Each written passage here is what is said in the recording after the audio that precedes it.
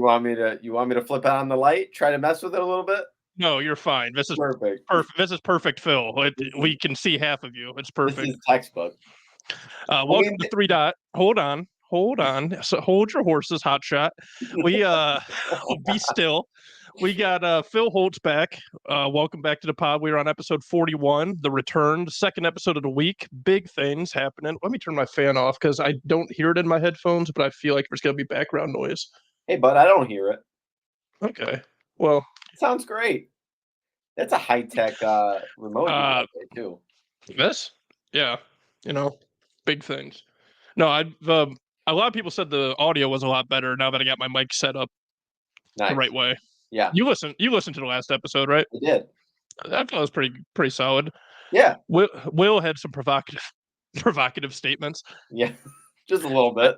I like I said to you, because you texted me and you go, thank God he clarified he's not going to shoot RFK. And I told you, and it's true, because when I listened back, I wish we had video. I was looking at my phone and I didn't even hear what he said. So when I don't answer, it looks like I'm just leaving him out to dry. But then you hear me go, yeah. But I no idea that he was talking about the Kennedy family being assassinated. I'm not gonna lie, just knowing you and from our friendship over the years, I was sitting there and while he's talking, I'm like, Nick's not paying any attention. No, not even a little bit. And also, like, even if I was, like, I probably would have done the same thing. I would have just not said anything and let him just sit there. It's textbook. It was. What have you been up to? It's been a while. Any show news? Anything related that you want to bring to the pod early about your life? I actually brought up. I have a couple things here. Got a couple stories. Got a couple things to go over. I did get I mean, I got tatted last week, so that's kind of. You did? Yeah, you did. I did see that on Facebook. How many tats you got now? That's number 4. 4? You done or going more? I don't know. Probably. I'm leaning towards done right now, unless I get a matching tattoo with somebody. Nick, what are we getting? I don't care. What do you want to get? A 3-dot logo. Let's just get 3 dots. Let's get. No, that could mean something else somewhere. I'm not doing 3 dots. In behind enemy lines, Owen Wilson was being hunted by a sniper in a foreign country who had 2 dots from a prison camp. You don't know. You don't know what something could mean. The 3-dot logo, I would consider it. I wouldn't, but I would. Just get 3 dot across your back. Well, I thought about it, but not that, but I've thought about, like, I've always, like, wanted one, but I'm 30 now. Like, I feel like getting my first one at 30 is kind of like, I don't know. It's I don't know. It's just me. Maybe I don't know. I don't want to start now. I feel like I got my 4th at 30. So I mean, what's the difference? Yeah, but you had them before. Is what I'm saying. Like, I get it. In a book. In a book. Oh, I saw something about that the other day. Dodgeball. Vince Vaughn was talking about the scene where they have the launcher and he's launching the dodgeballs at him. Yep. And he was saying that the production team had it set to, like, the max. Like, it was, those things were actually, like, flying. And Vince Vaughn goes, I showed up and I was like, guys, we got to turn this down. But little did I know, Justin Long had been there for 2 hours. Getting hit with, so, like, all those cuts of just Justin Long was real, of him trying to catch the ball for, like, 2 hours. Oh, hilarious. And hilarious. Of dodgeball, I saw dodgeball. There was a bracket and it was top 16 comedy movies of the 2000s. And the rankings were criminal. Give me the final 4 if you can bring it up. I'm bringing it up right now. I will say this is where Willie would be good, because Willie could put it on the screen. I don't know how to do that. Yeah, I also don't have the premium StreamYard. I don't know how to do it either. All right, best comedy movie of the 21st century. Well, the final 4s are all going to be different. So wait, what? So this is the whole bracket. Okay. Superbad versus Horrible Bosses. Superbad's the 1 seed. Who are the 1 seeds? Let's start there. Superbad. It's only one. It's only one. Like, what is this? Like, what are you reading? You keep saying it's only one. It's only one corner. So there's only one seed. What the fuck? Yeah. What kind of hack tournament is this? All right. Anyway. Superbad's the 1 seed. So there's just 16 teams. Yeah. Or 16. Okay. There should have been more because again, there were too many that were left out. So the 1 in 16 was Superbad and Horrible Bosses. Yes. And Superbad obviously should be a 1 seed. That's a good ranking. Yep. What was 2? The 2 seed? Yep. The Other Guys.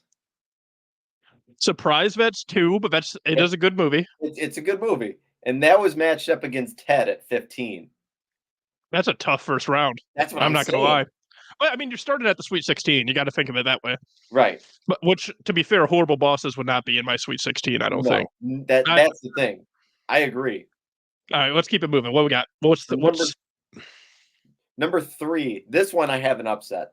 Number 3 was Borat. Oh man. I know. Okay. Going up against 14, The Disrespect, Wedding Crashers. Okay, yeah. No, listen, if you told me Wedding Crashers was 1, I would hear you out. That's what I'm saying. Wedding Crashers is an all-time movie. Also, Borat had its time, but I don't think I've ever rewatched Borat. You know what I mean? It's a very funny, and there's stuff from that I quote still, like all the time. Don't get me wrong, but that's not the conversation. I don't think it's one of the 3 funniest movies. And see, me and Lauren just watched it for the first time. Like less. Oh, you had never seen it? Never seen it. Okay. How? Yeah. What was it like watching it now? I mean, there were funny parts, but there's other stuff. There's a lot of yeah. But it was good for the time. Like when it came out, it was like, holy shit, no one's ever seen, like, this is so crazy, that kind of stuff. And he was funny. Oh, he was vanilla face. He was hilarious. King in the castle. King in the castle. I have a chair. I have a chair. She is my sister. Okay. You know what? I'm making an argument. Borat might be top 16. I still think Wedding Crashers comes out. I would take Wedding Crashers over it, but Wedding Crashers being that low is a crime. It's horrible. All right, what do we got next? 4 seed Step Brothers. Okay, yep. Versus 13 seed Role Models. I don't think Role Models makes the top 16. I will tell you, I have an extreme soft spot for Role Models. I love that movie. I mean, it had great parts. Yeah, it's similar to Borat like that. I'm with you, but I love Sean William Scott and I love Paul Rudd, and those two together were it's so funny. I mean, Sean William Scott is a legend. I randomly brought him up last podcast for no reason. He also was in Old School for like 5 seconds, but it's one of the funniest scenes when he shoots him with the dart. You got a dart in your neck, dude. Yes. Now the 5 and the 12, very much like real life March Madness. Oh boy, could pull it off. Number 5, Forgetting Sarah Marshall. Great movie. And number 12, 21 Jump Street. I would go Forgetting Sarah Marshall over it. I would too. I like 21 Jump Street a lot, but it didn't stick with me the way like Superbad and the rest of them did. No, I agree. I agree with you there. Now, number 6. 6, yep. Number 6, The Hangover. Phenomenal. And number you 11, and I famously saw that together in Mike Valentine's basement. But carry on. Iconic. His dad comes downstairs. Hey guys, what's up? We're the only ones awake watching The Hangover. He's like, how many? He's like, how many kids were here? Mike was like, hey, we'll have like 3 or 4 people. There's 20, 30 people. Also, let's think about this fact about how we lucked out to be some of the only ones with an actual couch. That is true. People were all over that house. Not the point. No, sorry. Carry on. And then, 11 seed. I will admit I haven't seen it. I also will admit that I should see it. Okay, so this is my old. I just mentioned it. Old School is very good, very good. Old School is one when I first saw it. I don't know, that one's older. I remember when I first saw it, I liked it, whatever. But when I watched it later, I was like, okay, this is a very funny movie. And Vince Vaughn, Farrell, all the It's iconic. It's a great duo. And Luke Wilson's underrated too. Luke Wilson's in some very funny comedies. Idiocracy is a all-time movie because it's actually happening. But anyway, go ahead. And now 7 and the 10 seed. Wait, what was Old School against? I'm sorry. Old School was 11 seed up against Hangover. As a 6 I'd have to go Hangover. So do I. Yeah. Obviously. We haven't seen it. Yeah. 7 seed, 40-Year-Old Virgin. Oh man. Okay. That's That's egregious. You and I love that movie. I know. All right. It's terrible. It's very long though. But I have to go with the 10 seed here. Oh, Anchorman. this is the toughest one. I will say. This is wow. Anchorman 40-year-old virgin. Maybe it's the fact that I was in broadcasting, so I have a soft spot for this kind of movie. Oh yeah, dude, you were inside and yeah. Tell me more. I might have to go 40-year-old virgin. If for no other reason than Seth Rogen and Steve Carell in the office in the first 5 minutes of the movie. It's so we went down to Tijuana, everyone's like, you gotta see one of these shows. So we get there, it's a woman fucking a horse, and dude, that whole story, and then we all just felt bad for her. Kind of felt bad for the horse.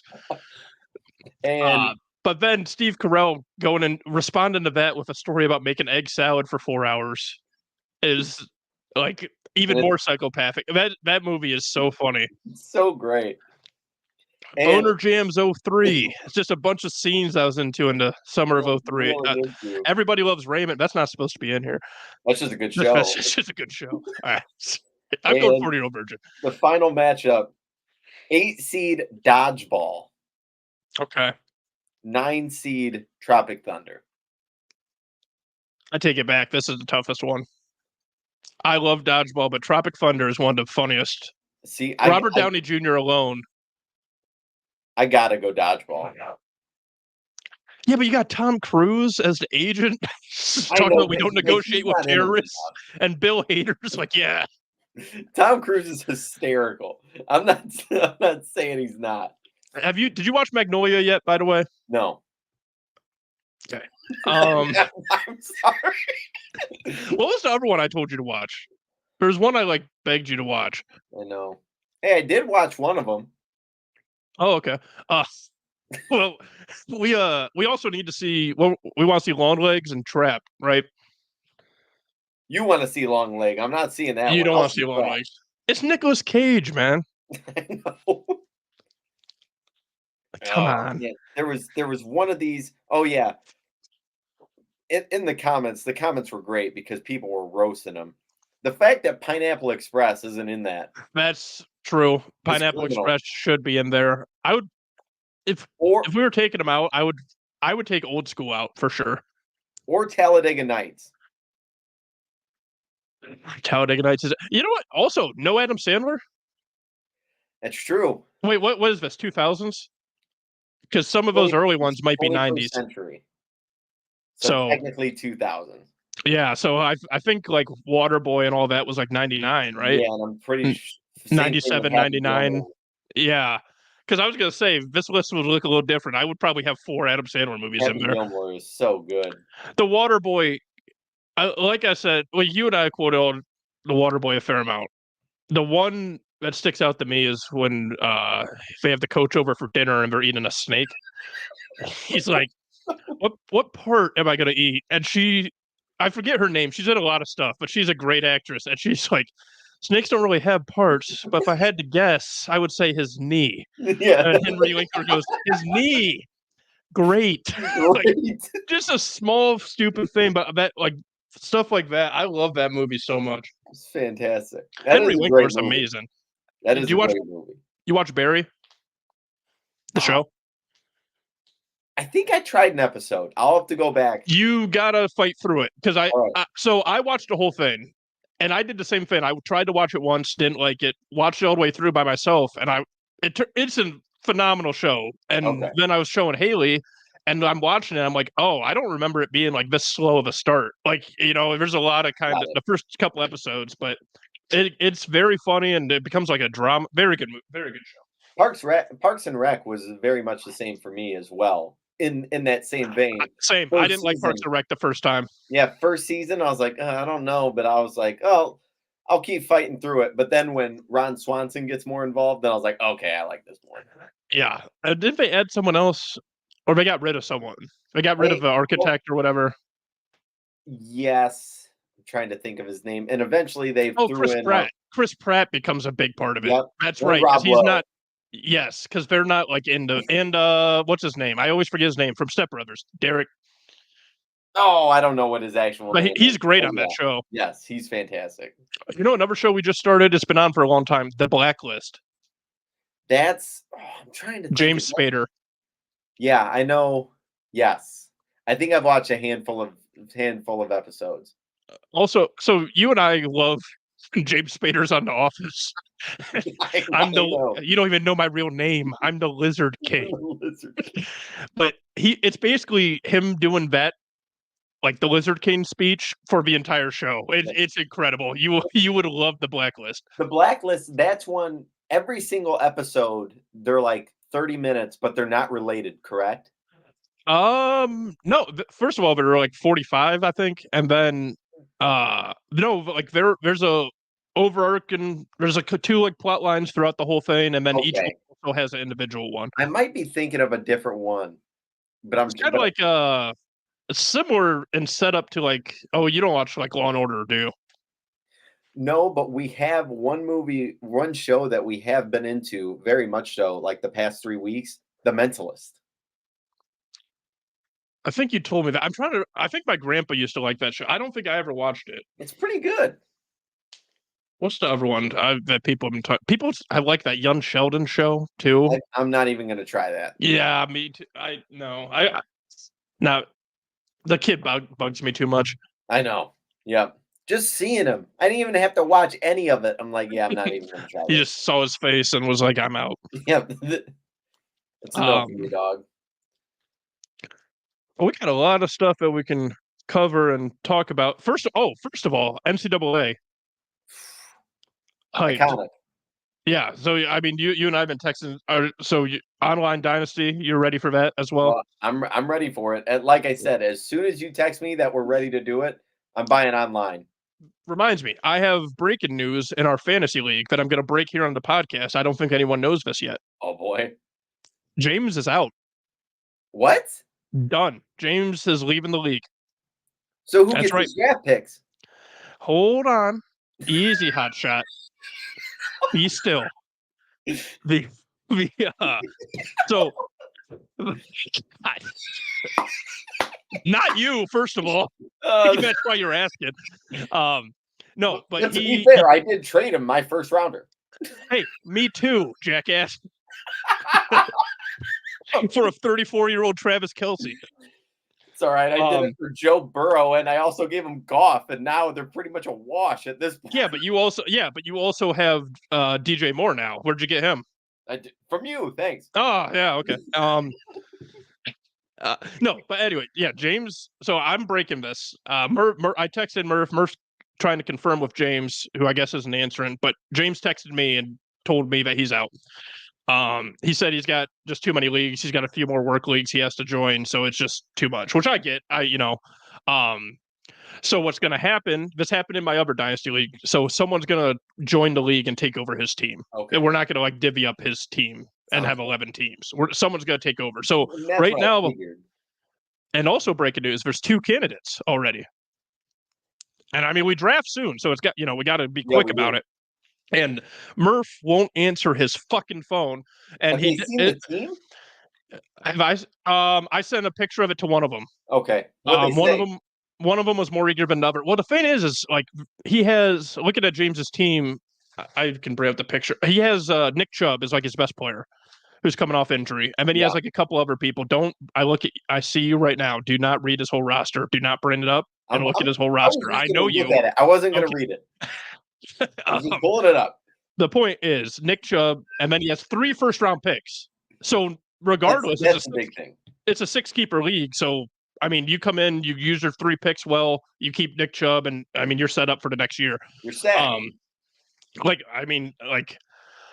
I know. So right now, the team has been offered or proposed to 2 people that I'm aware of, and Murph on weekends is MIA, so I'm not going to hear from him till Monday to confirm it. But I believe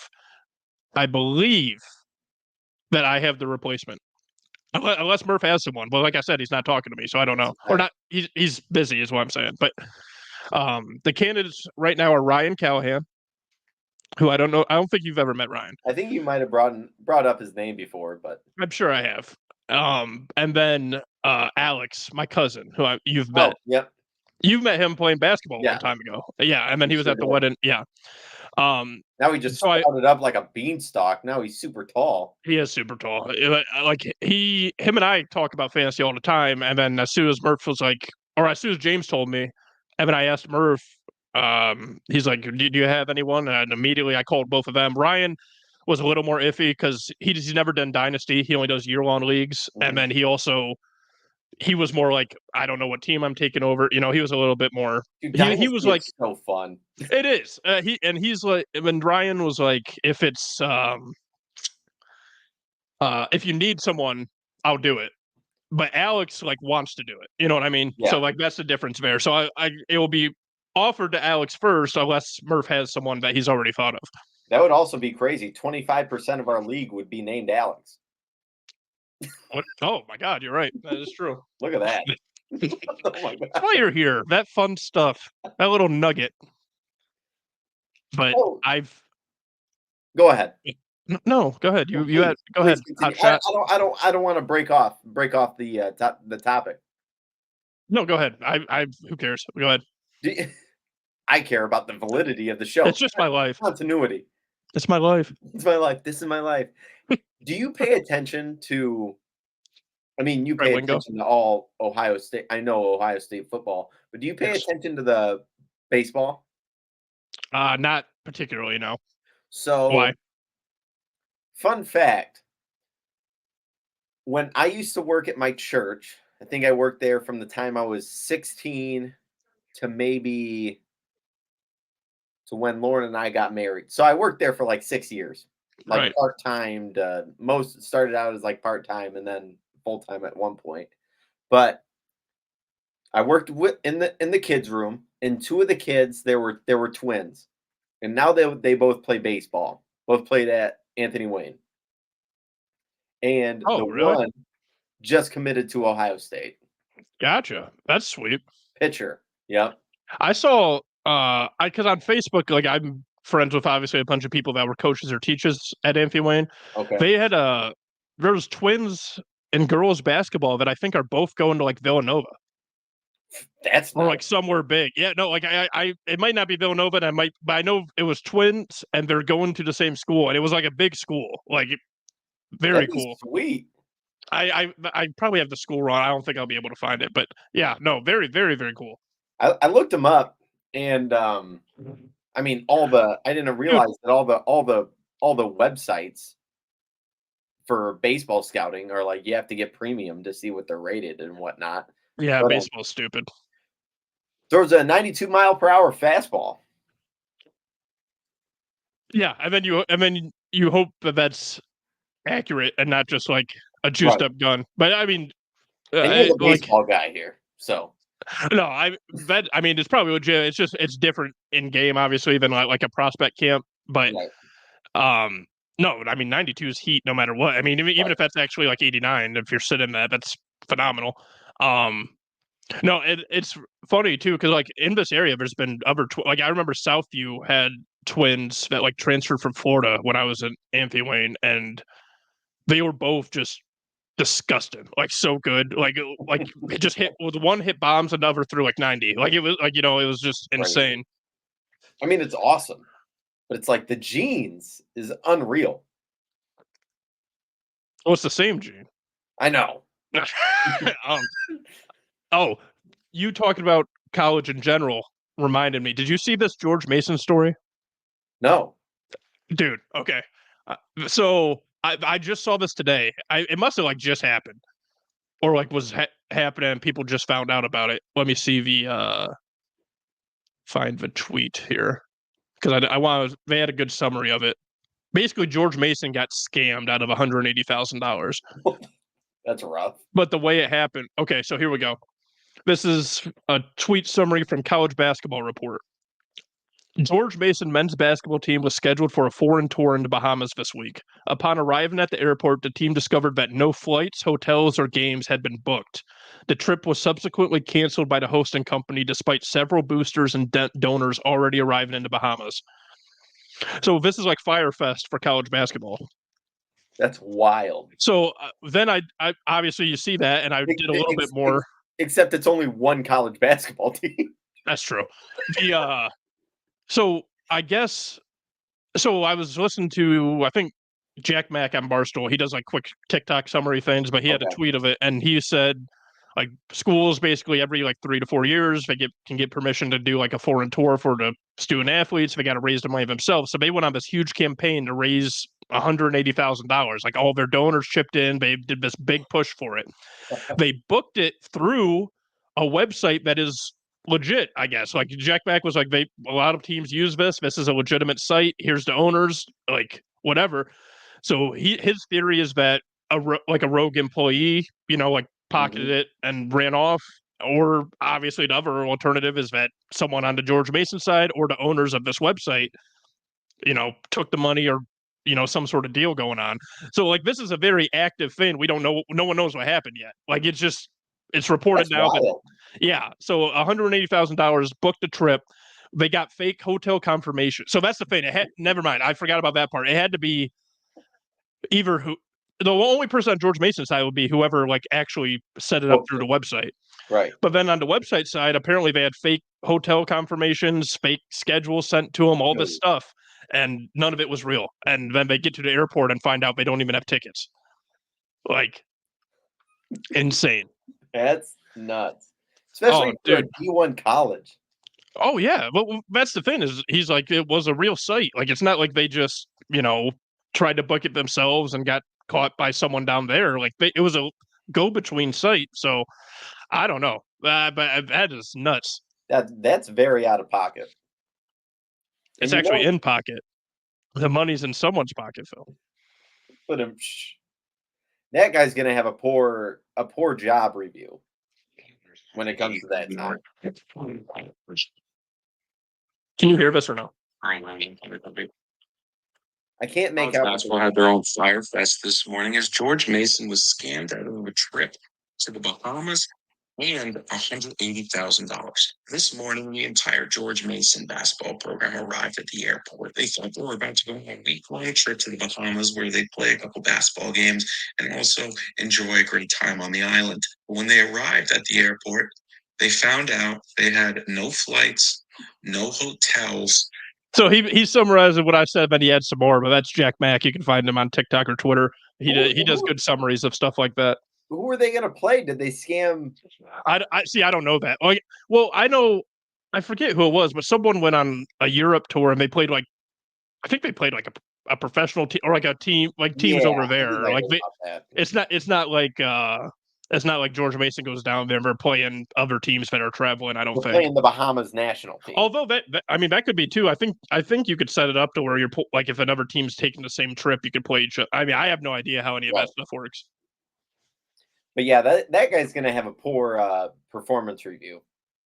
Are you trying to transition to your performance review topic? I mean, I have that. You brought it up twice. He's gonna have a bad performance review. What was the performance review thing you wanted to bring up? You texted me about it. It's quotes from actual performance reviews that you've had, or no?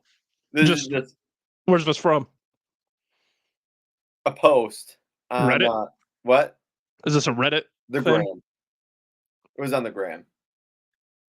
Instagram. Yeah, don't Phil. Stuff like that makes me want to just hit end record. That's sorry, abrupt end to the show. Phil said the gram. You got to clip that. That's a short. Meet the grams. Oh, all right. What do you got? So hit me. Here are the quotes. There's about 10 of them. Since my last report, this employee has reached rock bottom and shows signs of starting to dig. That's cold. Oh, shit. Okay. Like at first, I dig their way out. Oh, dig farther. Okay, shit. His men would follow him anywhere, but only out of morbid curiosity. That's tough. I would not allow this employee to breed. That's it. That's the whole. Are these real? Like, It's set up like it's in a PowerPoint. I get that, but if whoever would send that and HR sees it, that person would be fucked. Yeah, but I mean, at the same time, there's a lot of, or maybe it's HR doing the review. Who knows? Right? There's a lot of morons in HR everywhere. That's also true. It's morons everywhere. That's a fact. Trey Wingo, go ahead. Oh, I'm excited for that. This associate is really not so much of a has-been, but more of a definitely won't be. Damn. I know. He would be out of his depth in a parking lot puddle.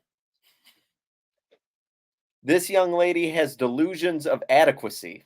That does remind me of delusions of adequacy is tough. That's a bar right there. That's a bar right there. That's like the saying. I forget what I might have been on that. I don't. Some golf thing, but he's like, you're like an elevator to outhouse. You just don't belong. That hurts, especially when you're already there playing. This employee should go far, and the sooner the better. Got him. This employee is depriving a village somewhere of an idiot. Damn, son. And they're the last but not least, he sets low personal standards and then consistently fails to achieve them. I like it. I like it too. Good for those guys. Yes, good for them. Good for them. Good for them indeed. So this one I didn't even have planned, but I had that as a Kevin screenshot. Durant? This one I had as a screenshot, but this is kind of fun Lions news. Oh boy, what you got? So Amon-Ra St. Brown just got paid this offseason. Yes, and then you got in a fight, right, with the Giants? Yeah, a couple players did. Yeah. Yeah, it was a heated week. But earlier last week, Amon-Ra St. Brown challenged Jahmyr Gibbs, stud rookie. Oh, I did see that. You saw that? I did see this. Yeah. To get 1,000 yards receiving and rushing in the same season, and he would buy him anything he wants. Gibbs replied, "I'm going to break his bank. I might get me a house." Now, as a Lions fan, do you think it's possible that Gibbs hits that? I think it's possible. I don't think he will. I mean, that's insane. It is. I mean, I think they said it's happened 4 other times. Maybe LT? 7. Or Damien? I don't know who did it. That's the first name I thought of. Marshall Faulk? Marshall Faulk. He could have. Hold on. You said 4 times. Find out how many times. Let's see if we can do this. Running backs. Well, I'll see who they are, but yeah, no, I know. You can give hints. Oh, there we go. Got Tomlinson and Marshall Faulk are my 2 first guesses. Running backs with 1,000 yards rushing and receiving. As of 2022, only 3 NFL players. Did I get 2 of them? Happened. One of them I've heard of, but is it old? Yes. One of them is the other two, you know. But it wasn't Tomlinson or Faulk? Falk, you got it. So Falk had it. Falk had I thought Tomlinson yards and 1,048 receiving in 99. Marshall Faulk was a good pull. Good pull. Maybe you've heard of him. I think I've heard of him, but I wouldn't be able to pull it out of a hat. Which one? The other one I should know? Or Roger Craig. I know the name. I would not have got that. So if there's one other one that I should know? There's one other one that's currently playing. Do you have a year? Currently playing? Yeah. I didn't know that. How old? You didn't know he was still playing? No, I didn't know that he hit this. You get like old, or is he like in his prime now? He's prime. See now that sucks because this is definitely someone that I should just know off the top of my head, but I don't. Prime, but at the same time, this happened 5 years ago. Wait, is this McCaffrey? Yeah, I didn't know that. There we go. I forgot all about him. Yeah. Yep. It's unreal. It makes sense. His usage was insane. Right. I mean, he was a freak. Oh, for sure. When he was on the Panthers, that's all they had. 100%. I never liked him, but guy's a dog. You didn't like McCaffrey? No. Let's see here. I think it's impressive anybody who plays at Stanford because you still got to keep up with the studies. Sure, I mean, you do. obviously not to the same extent. I understand that, but although Andrew Luck was like really smart, right? Wasn't he like a genius? Yeah. Yeah, some of the guys do. Others major in planting. Richard Sherman went there, didn't he? Yes, sure did. Let's just start naming athletes in colleges again. Same. Geno Smith, West Virginia. The school of studs really is West Virginia. well, yes, Steve Slayton, Pat White, the Tavon Austin. there we go. Yep. The all-time highlight reel. When Hellenbeck starts playing, oh my god. Oh, game over. I love it. Well, you want to just get Trey Wingo out of the way here? Yeah, let's get him out of the way while we're on the sports subject. So this is a few days old now. He tweeted this on August 5th. I guess we'll just do a little bit of slight backstory here. So Harrison Butker, kicker for the Kansas City Chiefs, he was invited to speak at it was a Christian school, right? Like it was a religious college. I think so. Get on that real quick. Yep, I got it. And he gave a speech that it went viral and was all controversial because of clips that people took from it. Here's the thing: is it's the way the guy's brain works. So no matter what, even if he said even more controversial things than what he did, it's how he thinks. I mean, I don't know what you really want to do about that, but but basically his whole thing was about his wife. The greatest thing that happened to her was being a mother. Like it was very like building a family is the most important thing in life and all of that. Right. Am I missing anything? I mean, that was more or less what he said. It was a little bit more direct than that. To give both sides. I mean, he was a little bit more like the way he phrased it. I get how people could have kind of stretched it. I will say that. Right. But the overall message wasn't anything derogatory. It was pro-family. It wasn't like anti-woman, pro-woman, pro. Right. It was just pro-nuclear family. It was pro. And it's like, and he's at a Christian school. He's a Christian. Like he just said what he believes. Like it's Benedictine whether you agree or not.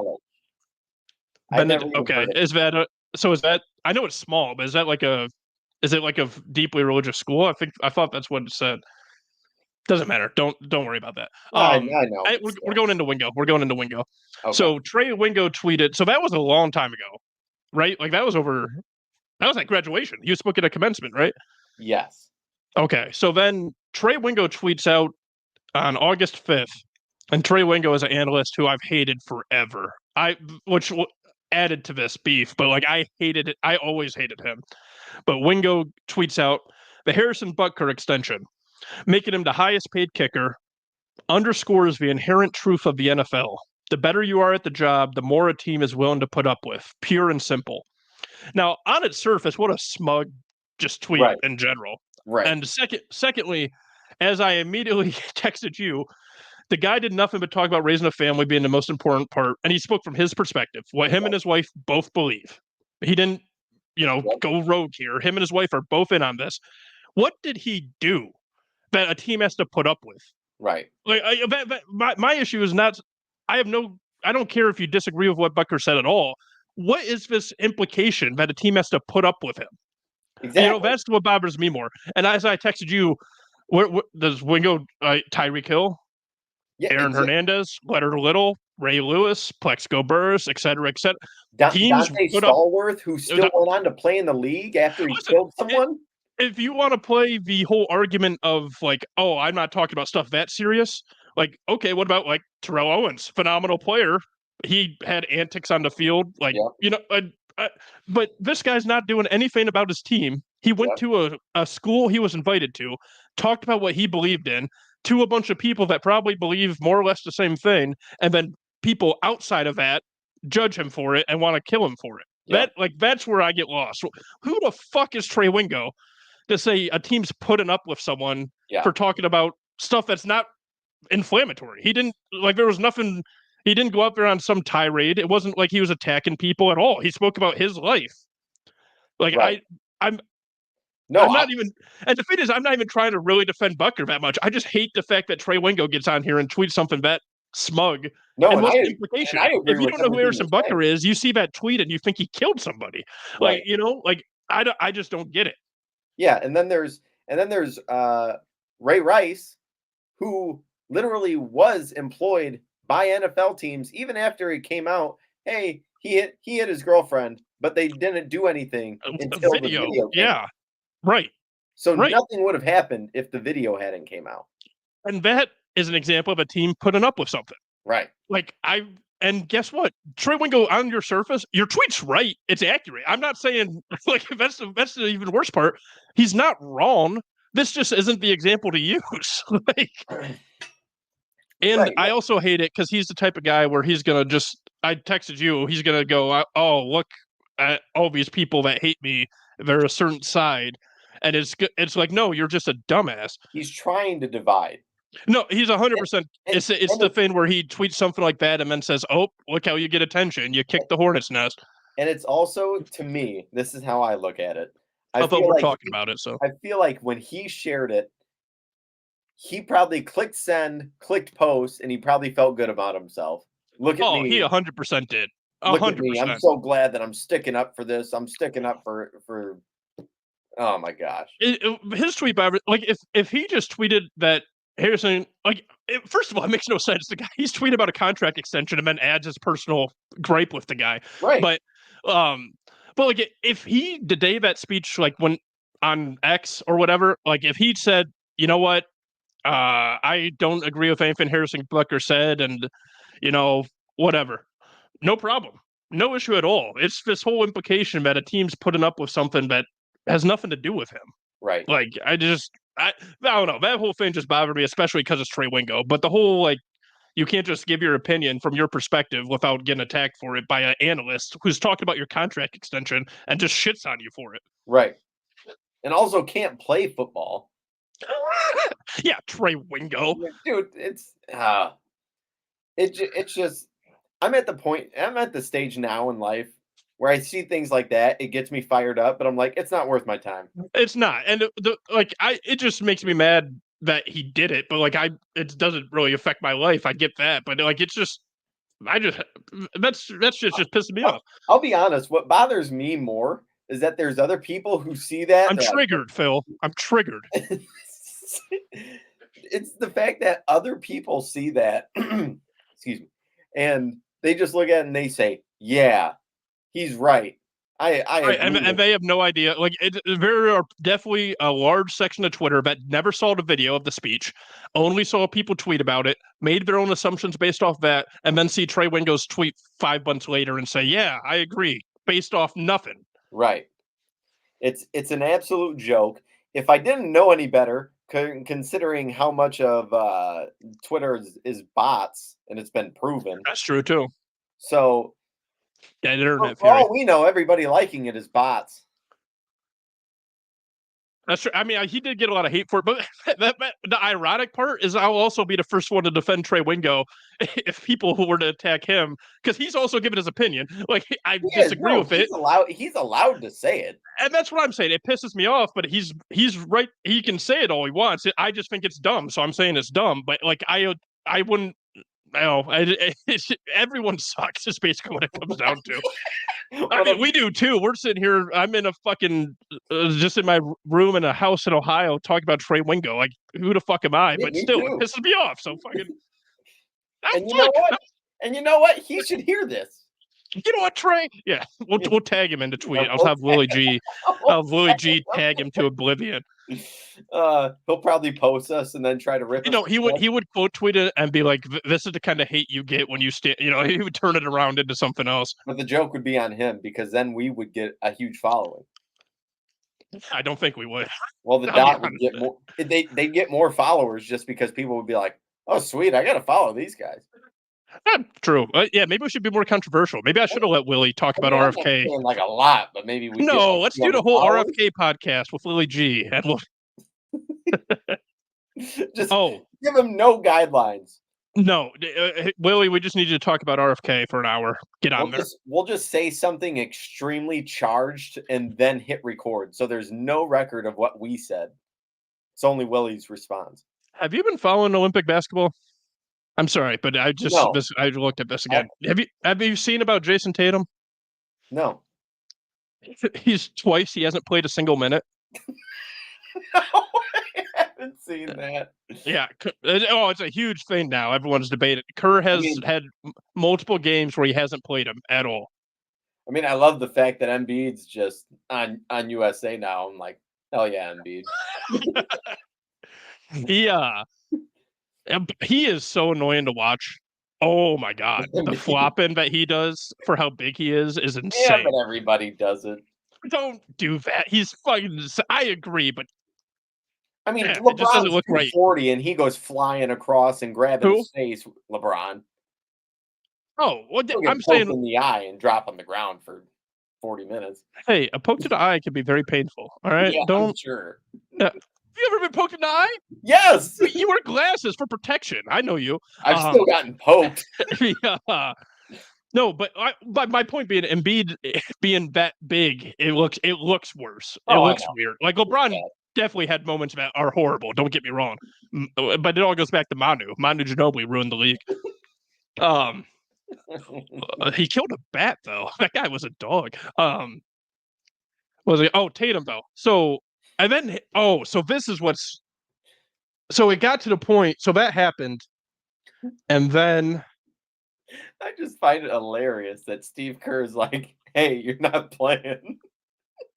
Oh, so that happened, and then let's see here, best of ninth. So then they had a game on the 8th or the 9th, and they won. They were down, and they ended up coming back and winning. Tatum didn't play a single minute, and then his mom is talking to reporters saying she wants answers about why he's not playing.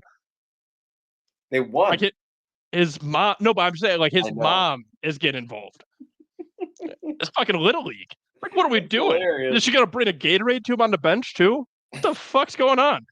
But I do like. It's very funny to me that Tatum won the finals and then he doesn't play a single minute. Like, I don't think there's a worse thing that could happen for your brand than winning gold with you not touching the floor after you won the finals. Like, you just showed. And I get it; it's completely different. Other people are going to bring it up. Oh yeah, I mean, this is to me, perception-wise, is on par with like Durant to the Warriors, like in terms of like negative reaction. Like, I didn't even think about that. Hey, is Tatum the best in the league? I don't know. He can't even see the floor at the Olympics. Yeah, like, Durant. I mean, technically, you did win, but the same team just won 2 years ago. So what are you doing? And then people use that to be like, the Celtics don't even need you because Jaylen Brown won Finals MVP. Right. That Tatum did not win MVP. That's what I'm saying. So I mean, Jaylen Brown should be on the Olympic team. He should have been. Derek White's playing more minutes. I know. What a joke. And don't get me wrong. I think part of it is Kerr. A small part of it is that I think Kerr's overrated as a coach. Like, X and O's guy. He always had the talent. Like he had a great offensive plan, shoot a bunch of threes, and you let Thompson and Curry go up. It's obviously more involved than that, but I'm saying I think he gets ballooned because they won a bunch of titles, as opposed to like. You kind of got to factor in how much of a hand did he have in drafting Curry and Thompson. Right, and I don't know that offhand. I would guess a lot because he was. I mean, probably. But regardless, like that's a part of it for sure. And he's also not used to coaching a team that isn't just a 3-point shot. There's parts of that, but also, I think like if you're in the Olympics, are you gonna stretch your bench farther than you need to when you have guys that have been there before? Like who are you taking off the court? Like you can argue LeBron, but he's also leading the team in points and rebounds. Everything, I think. Yeah, Durant, who's second in points. Curry. You know me. I don't like LeBron, but I saw all the stats that he's leading in, and it's unreal. Yeah, and that's the thing is this is the Olympics. It's not like the Cavs, like he's leading. Like he's leading Durant and right. And Durant. Like who are you taking off the court for Tatum? Right. Even Anthony Edwards. Yeah. Anthony Edwards is a beast, dude. Yeah, I'm not taking Anthony Edwards off the court. And I like Edwards' style of play. I like more like Tatum's style of play. Kind of doesn't gel the same way with all those other guys. And I'm probably biased. I don't know why. I love Anthony Edwards. Oh, I love Anthony Edwards. He might be my favorite player in the league right now. Me too. I wanted them to win so bad. Like I was pulling for the Timberwolves, like out of nowhere. Like Edwards is a beast. And I don't even fully agree with it, but I saw one person say, I think they said that Edwards is like the closest thing we have in the league right now to Kobe. Who was and Jordan. Yeah, it's the same play style. Yeah. And I was just kind of like, oh, yep, Edwards is my favorite. Yeah, because you were a huge Kobe guy. I did love Kobe. Couldn't save him. No. Yeah. No, but I just think it's hilarious that his mom's now looking for answers. Like that's hilarious. Are we in high school? Like is she gonna meet with Coach Kerr? What does my son need to do to get on the court? And she's gonna bring him in cookies. I whipped you up a batch before I came in for our meeting. It's so funny to me that it's happening because like this is a perfect story for me because I really don't care. Like, but I could just watch and see how hilarious it is. Like when he didn't play, I was like, all right, like no matter what, Kerr will find a way to get him in. And sure enough, he plays a few minutes next game and then semifinals. Nope. No, you're out. Look how we're not a speak bench, buddy. Like, I saw the look of our team with you on the court, and I didn't like it. Yeah, it just looks out of place, man. I can't have you out there looking like that. He just puts in Tatum. He goes, all right, you want to earn more time? Go in at center. He just gets dominated. All right, you're out. Kerr just actively sabotages it, puts him in the worst positions imaginable. All right, we're gonna run a 1-3-1. Tatum, you're on the bottom. Coach, we haven't even practiced zone. Fucking get out there. You're an NBA player. You know how to question me. Just stand down low. All right, on offense, I need you on the block. All right, you're gonna operate in the post only. I swear, if I see you take that ball beyond the 3-point line, you're out. Oh, guys, by the way, 2 dribbles max for Tatum. Everyone else can pass. No problem. And then Tatum runs on the court and he looks at his assistant. God, what a fucking idiot! I hate that guy. Just shit talking him. Like people think there's like a personal beef that Kerr's not playing. I don't think it's that deep, but it is like hilarious. Like you're not finding a single minute for the guy. Kerr has like a solo interview and then pulls a Michael Scott. He has the lowest opinion of me of anyone. Oh. He thinks the mics are off. God, I hate that guy. What a joke. It's fantastic. Or the real coach, like he's taking all this heat, but Spoelstra's next to him. Like Kerr's like, come on, we could put Tatum in. No, you want to win this game. He does not touch the court. He doesn't touch the court. Sure, if you want to blow an 8-point lead with 20 seconds left.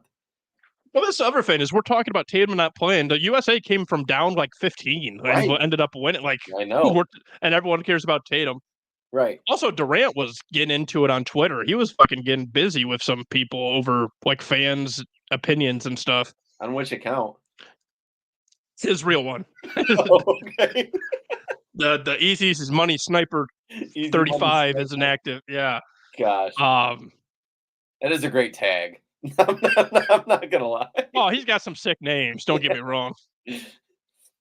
I had a bunch of, but like basically Durant was shitting on fans in general for one, like not if you're from USA, not cheering for USA, which whatever. I mean, I get his point on that. Yeah. But I also don't care enough to tell someone if they don't care about the Olympics, you know. Right. So who cares? Which they used to be a bigger deal, I will say. I feel like the Olympics used to be a huge thing. I will say I watched a smidge of water polo the other day, and I'm like, this is mind blowing that this is an Olympic thing. That makes me anxious, dude. Watching that, like that, it's nuts. Oh, did you see? Sorry, but water polo reminded me. Did you see a competitor, not in the Olympics? It was like some CrossFit Games died in during the swimming race. No, I would. It wasn't, but it wasn't like a pool. They were like out in like open, like not open water, but like a lake or something. Like I don't know exactly what it was. And there's 2 like paddleboard, like lifeguard or like whatever. The race is going on, and they have drone footage. The guy like cramps up, he's struggling, and then he disappears into water, and no one helps him. No one jumps into water. No one stops the race. They just keep going. And I guess they haven't found him. Like he either That's faked his own awful. death or he drowned right there in the middle of a race. That's awful. It's horrible, one, but two, like, so I'm watching this, like, the footage, and I don't know what I'm about to see. Like, they didn't say, like, the guy died. They say, so I'm watching it, and then the guy's comment, he's like, see, he's struggling there, and I'm like, oh shit, is this the guy? Like, because I'm putting it all together at once. I'm like, is this the guy they're talking about? And then sure enough, the drone's going down. There's people right in front of him finishing the race, and then he goes underwater. Like, you see him go under. It's horrifying. That's terrible. Supposedly, some fans or whoever were watching and were barred from jumping in. Like, apparently some spectators saw him and like were trying to jump in to go save him, and they were stopped. I don't know how true that is. I don't know any of this. I'm half-assed reading the story, but like, sounds the like facts of it are. Service was in charge. Oh boy, you want to get political over here? We want to get into that. Oh, that's another one, though. I mean, not to like fully go into it, but like, so there's something fishy is the simplest way to say more and more footage coming out of officers. I remember officers saying, "Hey, we need to get a hold of Secret Service," and then they're not telling anybody. And members, there was videos of like people saw the shooter, right? Like, and it was filmed it. There was witnesses, right? Well, that's not a hard shot. I've heard numerous podcasts with people that are ex-military, and they're like, that is the easiest shot. Like, that's not difficult at all. Well, and then what was it? Whoever was in charge resigned, right? I believe. Yes. And then her like reasoning was it was a safety issue because the roof was sloped. Roof. Oh, it was really funny because do you listen to Tim Dillon? I've mentioned him before. You would love him. He's great. I don't love his stand-up, but his podcast is the funniest. I love it. And I'll mention some books that I got from him. That's where I got those. But he was playing the video of like them after the shooting with the shooter on the roof, and Tim Dillon goes, for a safety issue, these guys looking at the body are standing pretty firm on the slope roof. Like, what kind of safety issue was it if they're now inspecting the body and they're all standing on it fine? I saw a picture that was great, and it said, don't forget, guys, a sloped roof is a safety hazard, and there's a cow that literally is just standing fine on a sloped roof. And then it also showed Secret Service members on a sloped roof. And I'm like, this is absurd. Well, that's like there was a video of the people the one sniper who I guess shot him, or they saw him. Like, there's a video of that. Mm-hmm. And they're literally on a sloped roof looking at the sloped roof. Like, dude, the way that I picture it, like 150, it's a football field. And it's like, that's not far. Right. That is not far at all. And I'm like, that is. And there's no one on the water tower behind. That's my whole thing, is whether you like Trump or hate Trump, the fact that our government would possibly be involved in something like that in front of our own eyes and then blatantly lie about it, which has happened many times in the past, but it's happening now in front of us, and that should make everyone uncomfortable. And also, like, that should not be something that you brush off, whether it's Trump or whoever. Like, no matter who it is, the fact that forces that you don't even know are pulling strings should be a huge problem. And isn't it also funny that we heard about it for a week and now haven't heard a thing about it? Nobody's talking about it.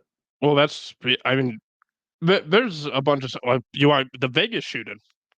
That guy, there's nothing about him. They have no motive. They just say he was in debt and he lost his mind. But like, then you hop on Reddit. All of a sudden you find out about Saudi and Arabian arms deals. And it's like, holy shit, But hey, No, there's so much stuff about our government now that it's just. Well, they've been doing it forever. The problem is it's harder to fool now. Like, it's hard. Everything. Yeah, as you should. That's why you're a patriot. No, but that's like, I'm reading The Devil's Chessboard.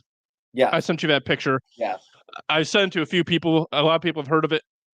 I highly recommend, because I, like, conspiracy-wise, I go like surface level. I don't typically dive really deep into stuff. I think it's entertaining to read about, but I don't, drive myself crazy with it.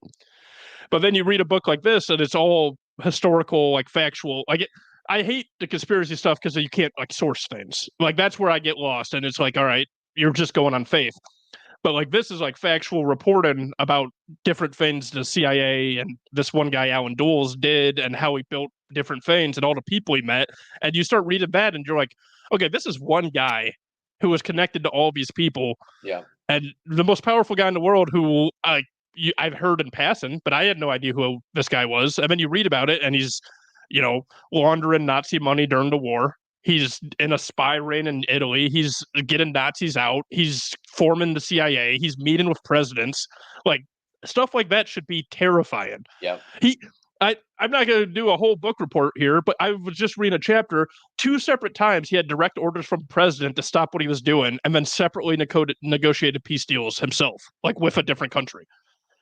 Like one guy just did hit. Like that's what I mean. Like this book is nuts. It's incredible. That's another. I wish I could, and I love reading. I do. I just wish I had I just wish I made myself do it more, because I bought a lot of books. I did just one of them that I bought. I think I ended up buying it, but there was one that was like 800 pages. I was like, yeah, I'm not going to make it through all that. But there was one that I found interesting that was, and again, I think I bought it, but it's on Operation Paperclip. Yes. Okay. In which is, do you know what that is? Yes. And so that I'm excited to read that one. And because that one's just U.S. So much of the U.S. military and equipment is just based on Nazi technology. If you want, so this is only a small part of the book, but Operation Sunrise is one of the things that I'm talking about. If you look that up sometime. Sunrise. Okay. Like I said, that was just a very small part of one chapter of this book. But he basically broke out high-level Nazi officials who were like under siege in Italy, and then just wanted to like use them for his own as assets. And then he tracked down a bunch of Nazi gold using them. I don't know read the book. I want to bore people, especially if they don't care about that. Also, as an aside, did you know there was batteries in the pyramids? I didn't. All right, we'll move on. Let's see here. Also, PSA, this is one thing that I did. This is the last thing I had written down, but also just a note to everybody. There is a 4 to 5 foot alligator that's on the loose in Lake Erie. Wait, what? Yeah. It was just found at numerous places. Really? Yep. A 4 to 5 foot alligator was spotted in Lake Erie. I hate to ask this, but do they know it's only one? No. Should it be multiple? That's terrifying. So thanks for that. No, you're right. Saying. You're right. How do they know it was just one? That's very good. Maybe they see 4 to 5 feet, dude. That's not small. That's not Max Newcomer like pet alligator size. That's me. Yeah. Shit. I mean, I'm 5'6", but that makes you. Thank you for clarifying that. You're welcome. I take pride over that 6 inches. 5.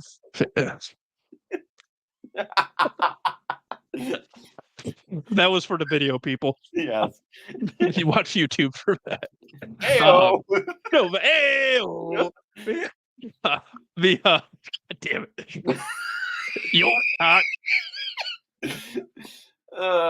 Shoot. That's a gator, though. That's nuts. I know. Where'd you see this? I saw it real? Again, I saw it numerous places. So I always like to search. One of the random things that I always search before I get on here is I like to look up just odd news. Okay, I like it. And that was the first thing. That was one of the first things I saw on every single one. Yeah, trappers hunting for alligator in Lake Erie.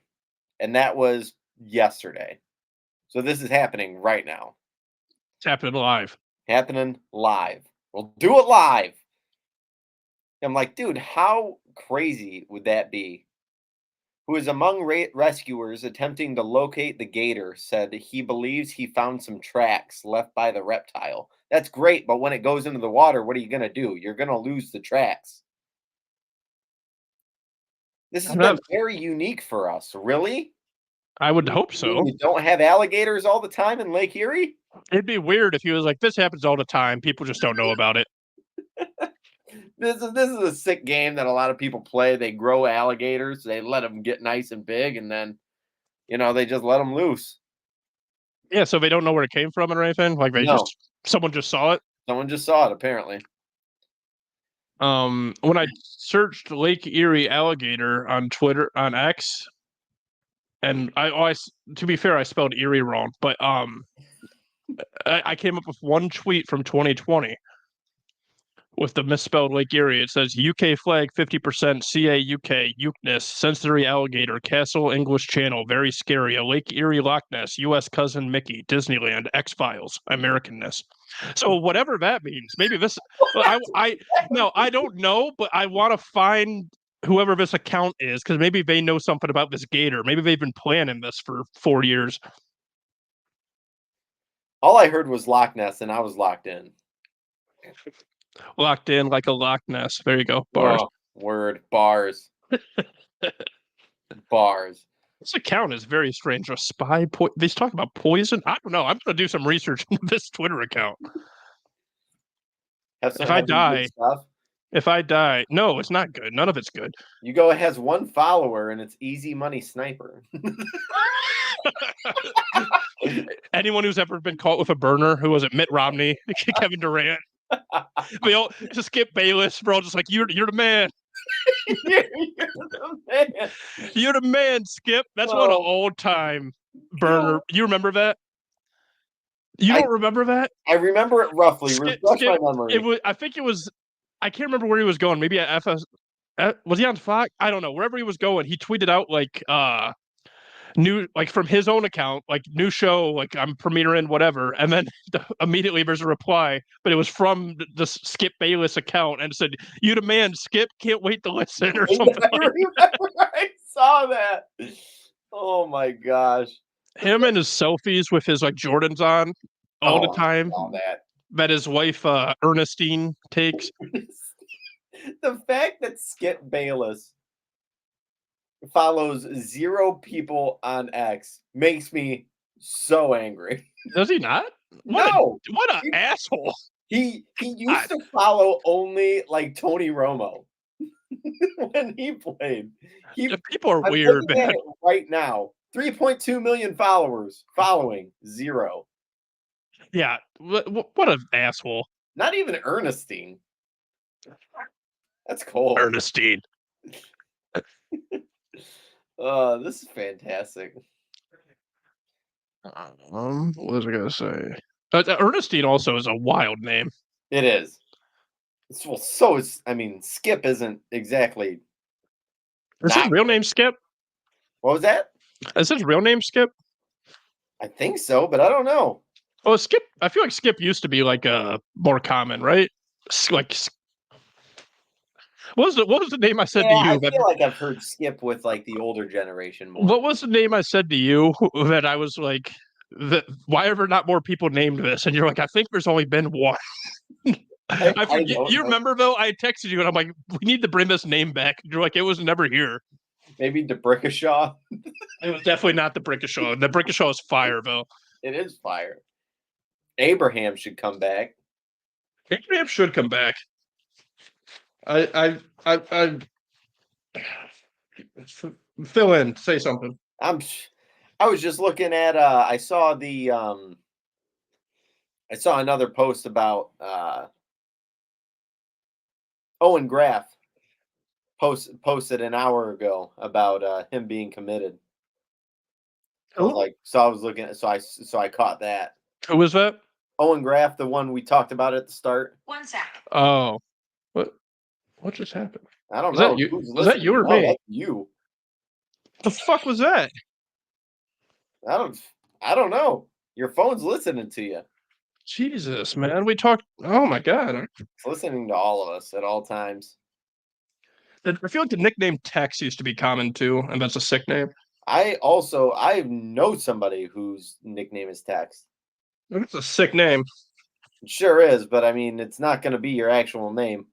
What's the full name? Texas? I bet there's people down there who would name him that. Tex Elias? That could be a cool name. I'm trying to find. As I'm reading this book, I take notes. You know, I've done that. So I'm trying to find. There was a page where I wrote down these 3 names, and I said these are fire names. That was the only note. I was like, damn, these names are sick. Fire. I forget what it was I said to you. There's a lot of great books. That's one media form that a lot of people just don't engage with enough, and it's sad. I will say, got more into it. Sorry, you're good. How many books do you have? Out of curiosity, like, do I own? Yeah, a ton. Oh, okay. Oh, that I just bought. I just bought 4 new ones. Got it. But so you own a lot. Yeah. So with my bookshelf, I always kind of find it funny. Just so I'm for sure that of which ones I've read and which ones I haven't, I keep them separated on different shelves. Smart. Thank you. Every time I do it, I'm like, I feel like I'm weird doing this, but it's the only way I'm going to keep it straight. I usually read like 2 at a time. Like, so I'll have like 1 like by the bed, and then I'll have 1 that I like carry around. Okay. I'm trying to do that more often just so I can make it through more. Well, it helps that like the 2 that I'm reading are the ones like about the one Sapiens is like human history and how society was formed and some psychology, and then this one's about, you know, powerful people and stuff. So it kind of like goes together a little bit. You know, like it's not like about the same stuff, but they kind of coordinate. I need to have it separated though, because I mean, if I'm reading one about an NBA player and then another one about World War II history, I'll be like, hey, did you know that there was a whole team of Nazis in the NBA at one point? Did you know that Magic Johnson once killed an entire bunker of Nazis over there? All on his own. Nazis. Oh, dude, I heard a crazy story, and I'm so mad at myself because it already slipped my mind. But it was during one of the wars, but it was a 78-year-old who went and bought a weapon because he heard that there was like military closing in, like just going to people's houses, and so he went and bought a weapon to defend himself, and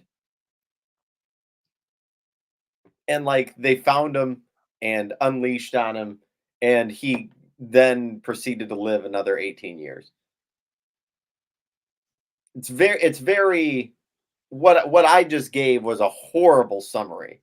So if you want to cut that out, feel free. I'm not cutting anything. I'm going to try to find it and send it to you because I heard it. I'm like, dude, this is nuts. Oh, it was a podcast that I was listening to. It's exactly what it was. The name, I found the name that we were talking about. Harmon. Farman? Harmon. Yes. Okay. Harmon's a solid name. Yeah, well, you didn't say that at the time. I mean, now when I stop and hear it, I literally said, "Why aren't people named Harmon anymore?" And you said there never were many to begin with. No, that's fair. That's accurate. I did say that. Hey, I'm going to turn this up. Let me know if you can hear this audio. Okay. Full-time government job. Fair enough. Let me end with this. Well, let me end with a motivating story. My favorite story from the American Revolution. Samuel Whitmore. He was 78 years old in April of 1775. He's a military veteran of the French and Indian Wars. And he hears the British soldiers marching by to go attack his buddies, the Patriots, at Lexington and Concord. Well, Samuel Whitmore, at 78 years old, goes and guns himself up, loads his 2 pistols and his musket, and he goes out and he single-handedly attacks the British marching by. He kills 3 British soldiers. He draws his sword, which doesn't need reloading, and he attacks. The British overwhelm him. They shoot him in the face. They bayonet him 6 times. When the Patriots found him an hour later, he was trying to reload. He lived for 18 more years. Wow. So it's a great example. However old you are. Is that not the most BA story? Just you can say badass first of all, and secondly, so what was that podcast? When you play clips, make sure you say the Sean Ryan show. The Sean Ryan show. Okay, go check out the Sean Ryan show. If you because he is very monotone, but a lot of the stuff that he does, he interviews a lot of people with like CIA and other things like that. I will say your summary wasn't bad. Thank you. It was dead on for what you just said. I mean, he covered it, and just wasn't the detail that he provided. But yeah, it's like a lot of the guys that he interviews is pretty nuts. Like one that I just listened to not too long ago was Ahmad Massoud, which was a really good one.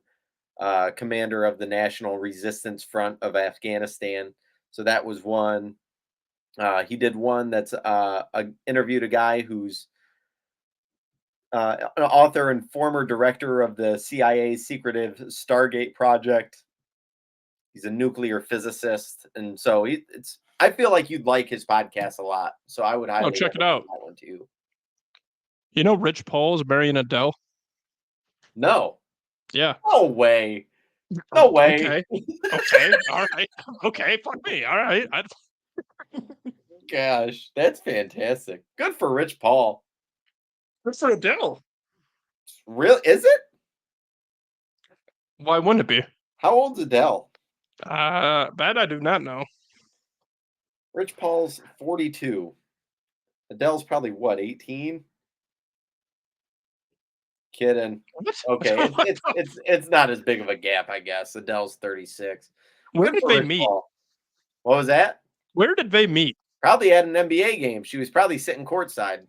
You think she just happened to be at a game and then he just went over? No, he definitely didn't go over. He definitely just saw her from across the court and then slid in her DMs and just said, "Sup, look across." You think that's what he did? To be fair, that'd be a sick move. That would be Rich Paul. It'd be creepy if like you or I slid in the DMs and said, "Hey, look up." Rich Paul, that's the thing that comes with the power and the money, you know. They can sit there and be like, yo, this is gonna be sick. I'm gonna tell Adele to look over, and when she looks over, I'm gonna give her a little wave. I'm gonna give her a little wave. Oh goodness. This is a very small sidebar. Also, we've been going for a solid hour 18. And it feels like nothing. So do you remember back in the day? I lost it. What the fuck? What? It was about Adele? No. Rich Paul? No, it wasn't even related. It wasn't. Well, then what the fuck? Come on, man. Come on, man. No, we're gonna sit here until you think of it. Oh, what I was thinking, it was you remember when we were in high school and we did that, and this is more serious, but that Josie's bucket list. Yes, and tread carefully. I know. No, I just remember you telling me, and I just thought it was awesome how everybody rallied around that. And I remember you texted me when you were like, I was watching SportsCenter and I watched him retweet it. Was it shit, who Jay was Crawford, it? Wasn't it? What? Was it Jay Crawford? No. It was shit. Who? Trey Wingo? Might have been. It fucking wasn't. I would have told him. Never mind. I forget who it was. It was a late night. Like it was a late. Yeah, it was late SportsCenter. It was a big name, and I can't remember. I was like tweeting at him and DMing him as he was on the air. Like obviously, it wasn't like a live night, I don't think, but still. No, it was something live. That's right. Because I kept tweeting him, and then I literally like watched him the one time like do something, and then I look at my phone and he had retweeted it. Like during a commercial break. Right. Yeah, that was nuts. That was a time And obviously everything that happened was awful, but it's like that was one of the coolest things, just how everybody rallied around. Yeah, and then That she call did for meet that. him, right? Like that Scott Disick, right? Yeah. Wasn't that the whole Yep. But that was early social media too, because sure enough, like, so you hear about it, and like we knew the I don't really want to say her name, but we knew the person, like the student whose mom it was, and so like everyone tried to at least be nice and get people to bring awareness. I mean, I remember there was also a small group of people that are like, none of you even know her, you don't even care. Like, it was just the early toxic social media. Right. Because like who cares? It's about just trying to make something happen for someone. For a good thing. Yeah. But look at social media now. Not much has changed. Oh no, it's even worse. I would say you got Trey Wingo out there. Dirtbag. What a dirtbag. Oh, look at us. I'm just taking a look and see if there's anything like breaking before we start wrapping up here. All right. What do you think's breaking at this hour? 12. I never know. I saw the George Mason thing this morning. That's true. That is true. Oh, there was something I was going to ask you about. Oh, I think it was fantasy related. Oh, I think Jaden Daniels' first NFL completion 11 minutes ago was like a 50-yard dot. Hell yeah. Yeah. Oh, so I think I'm going to try to do 1 to 2 a week for the pod, right? All right. And then I might I think I'll either do 1 and then a fantasy one, or 2 and then a short fantasy one. Okay. So that way we can still do like our fantasy like talk, and people like if you're not in the league or don't care to listen to that at all, whatever. But if you want to follow along, we'll do more in depth. We'll do more drama. I'm gonna get more people like from the league on the show. Like let's just do it. That'd Like let's just that'd be cool. We'll like before the draft we'll have a few people. We'll do a show and we'll have every owner like stop in for 5 minutes. That'd be fun. And just be like, what do you think of your team? What do you think? Whatever. What's your move? Who are you gonna get? I was trying to get Alex to come on and audition for his fantasy spot, but he couldn't do it. He had a golf outing this morning. Who's your 3rd round target? I'm sorry. First of all, a 3rd round pick is a 1st round for me. And then so I'm hoping Marvin Harrison. I mean, he might is there, Hoping I can fleece somebody a 3rd rounder for a 1st round. The thing that sucks too is my cousin's good at fantasy football, and he immediately. So we're on the phone talking, and first of all, I left him a voicemail because number 1. He has like number 1's like 3 and 7, or he would if he takes it. But first of all, do you have a voicemail message? Like if someone calls you, does it just do the automated? It's just the automated. I called my cousin. I forget, he's younger, and he goes, "Hello, this is Alex Ryder, and please leave a brief message, and I'll get back to you when I can." And I'm like, and I left a voicemail saying, I wasn't going to, but it was so professional. I feel like I have to leave a brief message. I can do that. I can be brief. But he calls me back, and he's like, "Oh yeah, dude.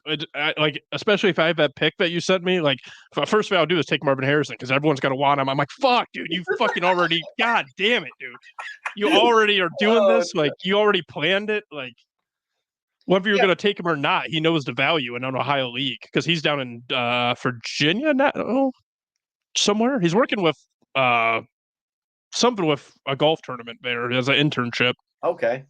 I'm just excited as this league progresses and everybody's team gets more stacked, and there's going to get better and better players that are in the draft. Nope. That's the thing. We do only keep 6, so it might be different in this league because, like, my other league, it's 12 team, 10 keeper. Ooh, that's rough. And we're in year like 5, and that one's cutthroat, and the buy-in's insane. Like, not insane, but it's more than this one. Yeah. Yeah. What's your buy-in for this league? Do you remember? 50. 50. Okay. My cousin was asking me. I'll text him right now. Got it. No, dude, like, I was looking at my team and I'm like, this team, it's not as great as I remember. Like, I still like my keepers, but I would be lying if I said I didn't just update my my trade block, trying to get a first round pick for one of my guys. But I am shocked no one wants DK Metcalf I'm at all. I'm shocked at that too. Like, I'm still debating keeping him or not, and like, no one wants him. No one wants DK. If I didn't have 3 young guys and a rookie that I'm trying to get in the draft, I'd be all over. What pick do you have? I think I have 2. Oh boy. Pick number 2 and pick number 9. Wipe that smile off your face when you say that, you sick fuck. But it also irritates me because there's no, I say that now, but it also nobody's released, but nobody's going to release one of the studs. There's no stud running back this year. That's what I would want. Rain. It's Bed Bath and Bajan Robinson calling. I have 4 of them. I offered them to you. How the fuck are you gonna come on here and say that? I'm gonna think about it. No, you're not, you asshole. We've done this so many times, and you know who's on my team, and you literally sit here. You have the gall, the unmitigated gall, to sit there and say, "Oh well, too bad no one has running backs. They'd want to get rid." I have them. They haven't gone anywhere. They're not leaving. No one wants them. They're staying here. They're fucking bad product. This is a question. This is you DK and one of them, and you said no. I know, but this is my question. I need the draft capital. You have 2 first-round picks, Jack. Sorry. No, because now I get to do it. Because when I was texting you that day, I was so fucking pissed off. And I know you could tell because it's fucking bullshit. You're gonna sit there and say, "Oh, I need the draft capital." You have 2 first-round picks and a second. Like, you are fine. I think you have 2 seconds, don't you? Yeah. You have 2 firsts and 2 seconds, and you will give up your worst pick for a running back that you just said you hoped you had, and then a receiver that you can't believe no one's taken. So why don't you fucking do the deal then? What I want. I really only want one of your running backs, and you want to give them to me for the second pick. What? Oh wait. What'd you say? Say what you just said. No. Say what you just said again. I said, if I could be thinking of, I said, I really only want one of your running backs, but you want to give him to me for the second pick. The second first round pick? Or a second round pick? Second overall. Wait. Hold on. You would trade the second overall pick? Potentially. For which one? Text it to me right now. Okay, I'll text it to you. We're gonna finish this pod right now with some negotiations. You're not gonna like it. Your team's 1 second. I'm getting a call from. You're not gonna trade me him. I want to do the trade. Bajan? Yeah, I want to do the trade either. That's what I'm saying. Oh wow! Oh, I wouldn't trade Bajan Robinson, the number 1 pick, for the number 2 pick the following year. But let's be honest here. Jahmyr Gibbs should have went number 1 last year. No, just absolutely not. He had a better year than Bajan did. You fucking idiot. I hate when you do that. That's projection. You don't know that when you draft him. Bajan should have been. And guess what? They fired his coach and coordinator and got a new quarterback. It wasn't his fault. I remember. Oh, he had a better year. You draft him last year based off the year that followed? That's not how this works. That's not how any of this works. I remember when I tried trading you for the number 1 overall pick. You're like for Bajan, this isn't happening. I said, I'm not taking Bajan. I'm taking Jahmyr Gibbs. Which would have been fine, but you didn't have the second pick to offer it. It would have been gone. Yeah, I was gonna offer. I almost offered number 2, but I think number 2 was Rue, and he was like, "Yeah, I think I'm gonna need numerous first round picks." I was like, "Yeah." I'm gonna say this right now. We'll finish this pod by stirring it up a little bit in the fantasy league. I'll send it to the group and tell them to just fast forward to an hour 15 for fantasy talk. Rue is the worst awful. Second the worst trade offer person in the league. I think the Wizard might be up top. He's close. Actually, you know what? Now that I think about it, this whole league sucks at trading because everyone just wants to fleece people. No one's willing to give up anything. You included. Don't you say yeah like you're fucking oblivious. All of you sit there and you're like, well, I want your best player and I'll give you my backups. And it's like, oh, well, shit. How do I say no? Easily. Very easily. Why won't anyone trade with me? Because you're not offering shit. Hey, I've gotten fleeced numerous times too. I know, but you are blinded by your love for individual players. That's your own fault. That's fair.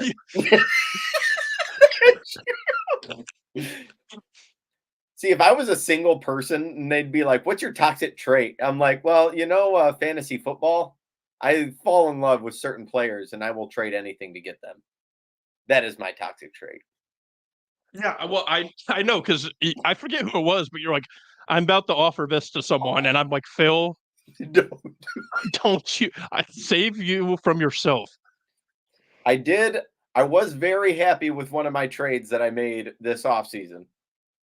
That was very exciting. Which one? If you say DJ Moore, I'm going to kill you. No, I got J-Mo. You did get J-Mo, yes. J-Mo for a 6th-round pick. Yeah, no, that's insane. I mean, that's just because I wanted to, I didn't have a 6 keeper that I was confident in, and I forget who had him, but I texted him. I was like, "Hey, what do you want for J-Mo?" Because I looked at his team and I counted all the keepers. I said, "You're not keeping J-Mo, so what do you want for him?" I actually at first I was like, "I'll give you a 9th," and he's like, "Come on, give me something better than that." I said, "What do you want?" He said, "Give me a 6." I said, "All right." That's insane. Why can't I have that? Instead, I got to deal with people like you. You got to just deep dive. Do that right now. To be fair, I made insane deals within an hour of each other to get Devontae Adams and Travis Kelce on my team. That was fantastic. That was like I told you. I didn't even though we made that trade, I was rooting for you.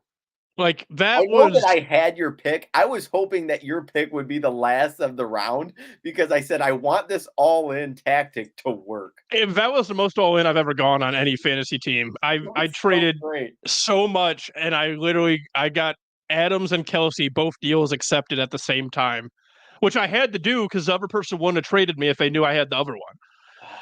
So I literally, that day was nuts because I was trying to negotiate with you. It was like deadline day or like the day before. I think it was. And I literally was negotiating that one deal, and I'm like, okay, yeah, we're good. I'm going to send it later, though.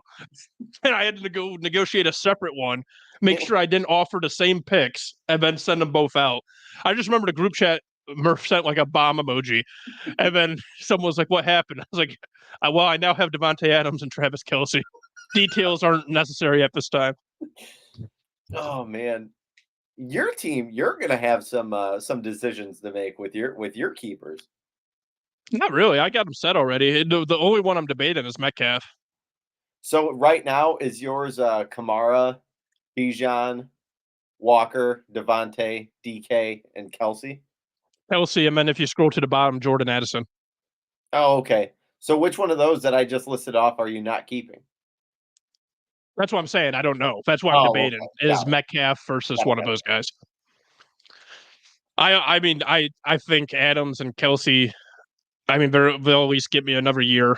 And after that, I'll have to decide. But the thing with Metcalf is like I have him, but you can only play so many positions. So it's like, I think I'm going to take 10x number 2. I believe you. I genuinely do think you would. Thanks.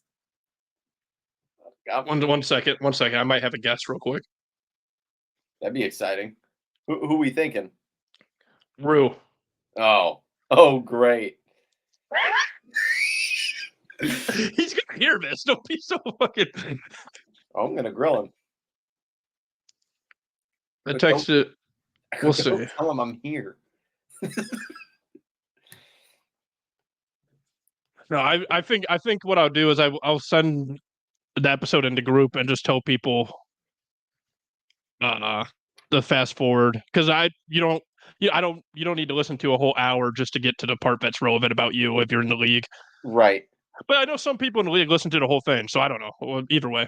Have you ever went back and just looked at the trade history of our league? Yes. I did it the other day. So did I. Gosh. I take a break for a long time, and then I start looking at everything again and refreshing everything. So like last week, I started doing that, and I was like, wow. The fact that I gave Goff and 2 picks. Yeah. Burrow. Yeah. Gave Najee Harris, Cooper Kupp, and a pick for Isaiah Pacheco. That was the one. That was. But it's fine. I got a first round Najee, pick out of him. Yeah, no, I mean, but hey, your draft capital, but you're so fucking proud of. And Cooper Kupp, again, dead. Wrong side of 30. Yeah. Yeah. And Najee Harris doesn't even start. Exactly. So it worked out. No, you said it all. You said it all, man. Forrest Gump. I will say we are at an hour and 35, so I think we should probably wrap up just for our listeners' sake. Probably. I could go longer. Don't get me wrong, but I just feel like this is the longest one we've done by far. I mean, you and I could still sit here and chat. That's true. Actually, yeah. Well, I'll end the recording, and then while I post it, because I'll need your help for some like timestamp stuff. Okay, sounds good. So, all right, I'm going to end this right now. This has been episode 41 of the 3 Dot Podcast. If you're into Fantasy League, keep an eye out because we are going to do special fantasy episodes as we go, and we are going to try to have more guests on from the league to talk about that. We will do at least 1 episode next week, maybe 2, in addition to the fantasy episode. So, with that being said, this has been the 3 Dot Podcast with Nick and Phil. Everyone have a good rest of your weekend, and we'll see you next week.